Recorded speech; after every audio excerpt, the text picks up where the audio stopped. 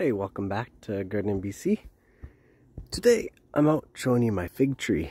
Now in British Columbia in the lower mainland you can grow some tropical-ish or semi-tropical type fruits. One of them is figs.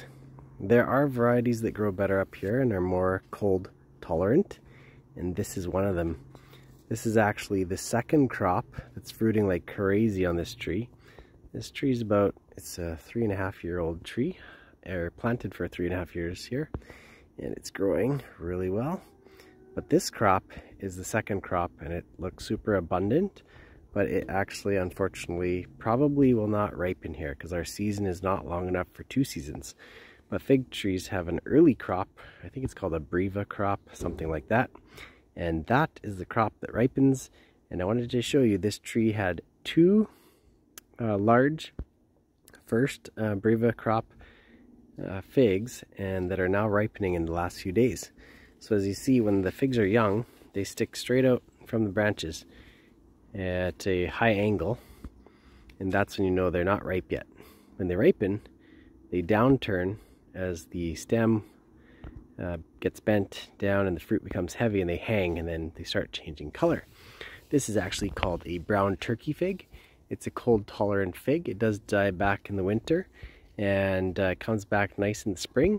And the first crop is the one that ripens. So it's now August, 6th today. And check this out. I thought this was the only fig on it. But look at it. This is a brown turkey fig. And this thing is a monster. Look, a whole handful of a fig. And it's hanging down nicely. It's getting nice and heavy and firm. They ripen super fast, so I think it's probably ready to pick right now. And I'll show you down underneath. I didn't even know I had another fig down there. It was probably hiding in an upright position, but now that it's dropped, I noticed it. So let's go take a look underneath. Look at this one. It's dark under here, but you can see that. Another big fig right there. There we go, brighten it up so you can see another handful of a fig hanging down nicely. It was probably sticking up there so I didn't see it under here, but now it's dropped down.